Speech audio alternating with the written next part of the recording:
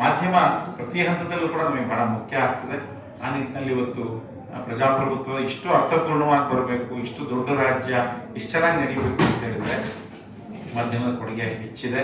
ಬಹುಶಃ ಕರ್ನಾಟಕದ ಏಕೀಕರಣದ ನಂತರ, ಯಾಕೆಂದರೆ ಕೋಲಾರ ಜಿಲ್ಲೆ ಕೂಡ ಕನ್ನಡ ಭಾಷಾ ನುಡಿ ಬೆಳವಣಿಗೆ ಅಪಾರವಂತ ಕೊಡುಗೆಯನ್ನು ಕೊಟ್ಟಿದೆ. ಅನೇಕ ವಿದ್ವಾಂಸರು, ಅನೇಕ ಪತ್ರಕರ್ತರು, ಅನೇಕ ವಿಜ್ಞಾನಿಗಳು, ಹಿರಿಯ ಅಧಿಕಾರಿಗಳು, ಹಿರಿಯ ನಾಯಕರುಗಳು ಎಷ್ಟು ಜನ ಕೂಡ ಕೊಟ್ಟಿದೆ. ಚಿನ್ನದ ನಾಡು ಕೋಲಾರ ಜಿಲ್ಲೆ, ಬಹಳ ಪವಿತ್ರವಾದ ಭೂಮಿ ಇದು.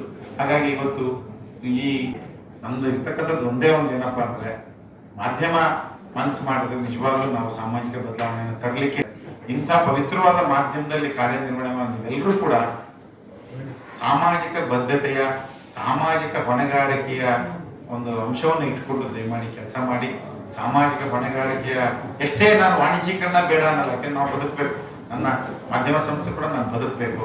ವಾಣಿಜ್ಯೀಕರಣದ ಭರಾಟೆಯಲ್ಲೂ ಕೂಡ ಸಾಮಾಜಿಕ ಹೊಣೆಗಾರಿಕೆಯ ಮಾಧ್ಯಮವನ್ನು ನಾವು ಕೊಟ್ಟಾಗ ಇನ್ನು ಹೆಚ್ಚು ನಮ್ಮ ಸಮಾಜ ಬಲಿಷ್ಠ ಆಗ್ತದೆ.